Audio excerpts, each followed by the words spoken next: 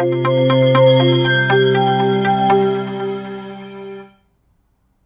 there, Sharon here from Lilabelle Lane Creations. Today I thought I would share with you how I organise my floss when I'm working on an embroidery project and how I load it onto my new floss holders. This is my latest floss holder I've just released through my wholesaler Creative Abundance. It is the Floral Wreath floss holder. Okay, so this floss here on this one is from a couple of projects I made for a retreat in Adelaide recently. So I loaded all my threads up on there so that I wouldn't lose them. And this one here is what I've been working with for my garden project I've been embroidering the hexagons for. So these were just leftover floss from other projects that I've just put onto one and have been using up for this project, for that project, the My Garden project. So the whole idea with these floss holders keeps your floss nice and neat, but when you want to access your floss, it is as simple as, once it's loaded on, which I'll share with you in a minute, you just pull one of these up. Watch what it does for the yellow. The floss I need to embroider is here. The yellow's here, still here as neat as what it was beforehand. So there you go. This is what I'm going to show you how to do today.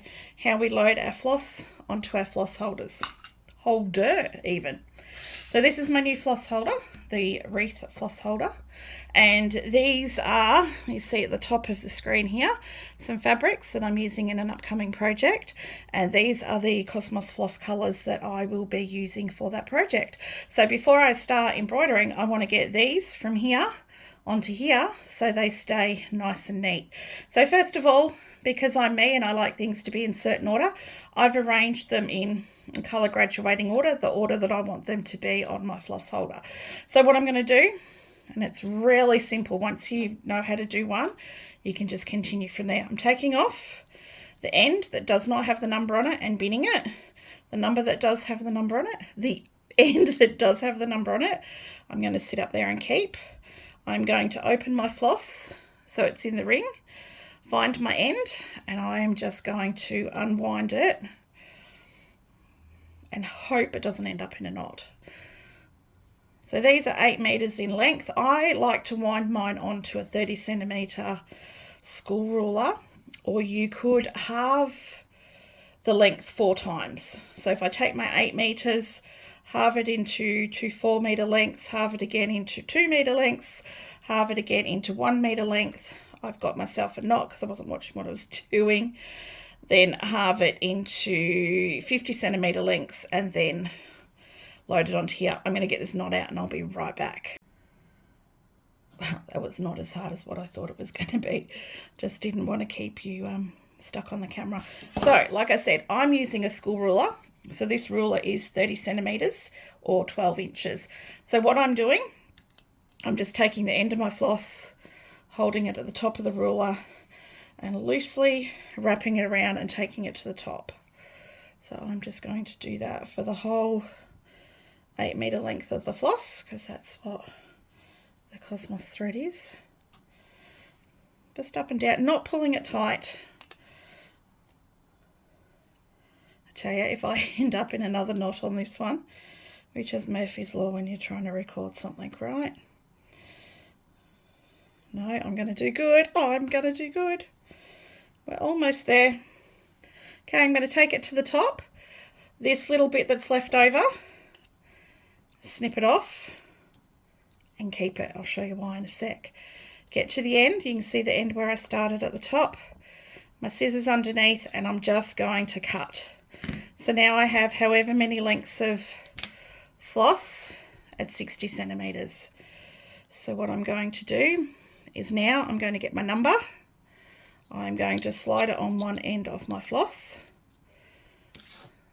So that's through there. I'm going to roughly half my floss. Take one end. I am just going to thread it through one of the holes on my floss holder.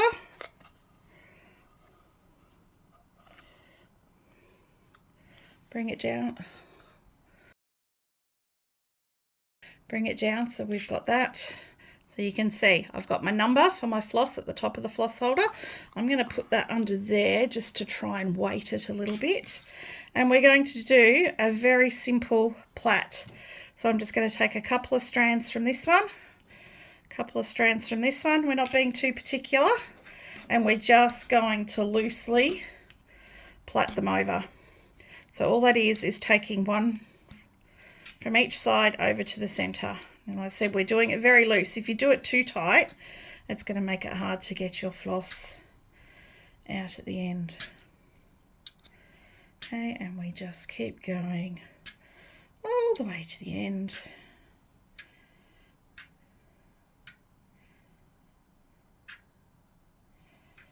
Okay, almost at the end. Remember this little bit of floss that we cut off? Bring it to the bottom.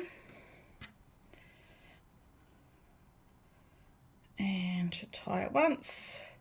Don't tie this too tight. It's going to make it hard to get your floss out. Second time and leave it. Your first colour is on your floss holder.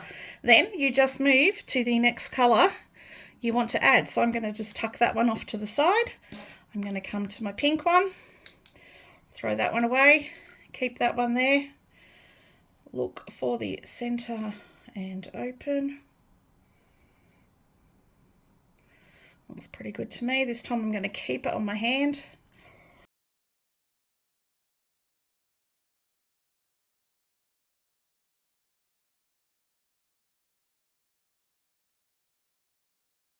Okay, so we're off. Come back with the ruler. End to the top. And we just loosely start wrapping it around our ruler again.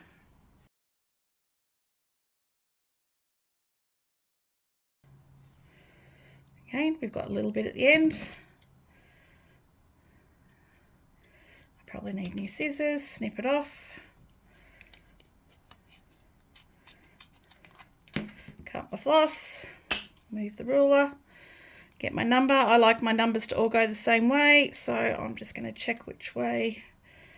Doesn't really matter, Sharon.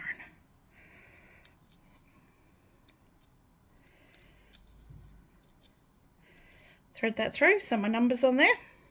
And we come up here, take it out from under there.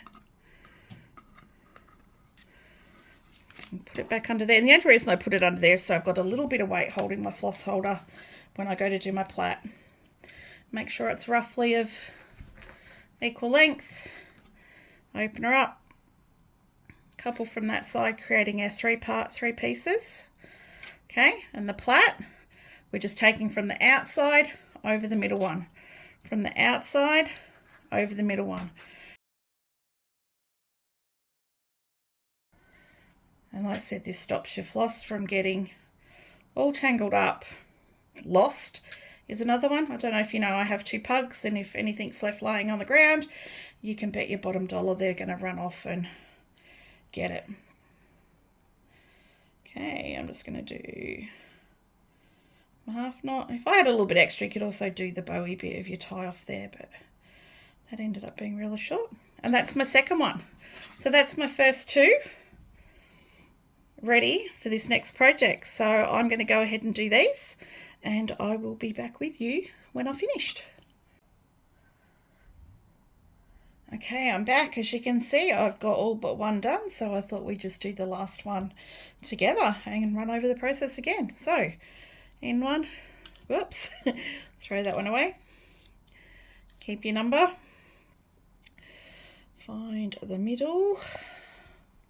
Now, all these I've done with pulling this onto the floor, so I might just pull it off screen. I just hold it on my hand, and it's just all pulling on the floor to the side of me, so hopefully I won't end up with any knot. You can see that comes off super quick that way.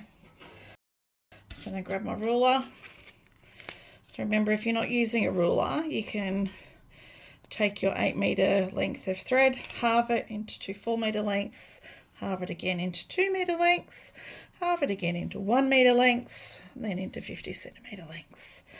Mine are actually more like 60 centimeters because I'm going around a 30 centimeter ruler. Also, you're going to find sometimes that you're not going to have little bits of thread left at the end to tie off after you've done your plait. Don't stress that. Just grab a another scrap of thread or something. Hey, this one I've got enough left, but a couple of the others I didn't have. You'll notice my green's tied by yellow, that green's tied by yellow, that a hotter pink's tied by a different pink. So I've just used scraps I've got laying around. So I've cut that little bit off. I'm going to come in here, cut that. Okay, where'd my number go? There it is, hiding under there. Sorry if you can hear my dogs barking in the background. We are just going to slide. Maybe if I try and do it with my right hand, it might be easier for me. Hey, slide that one through there. Okay, that's gone through. And we're just going to come down to here. I'm going to push those through there. Just going to line up so they're about halfway. I'm going to push my fabric back because, like I was doing before, just putting that under there so there's a little bit of weight holding that while I go to do my plait. Take a couple of threads. It doesn't matter how many you take from each, you just need to create a third group of threads for the plait.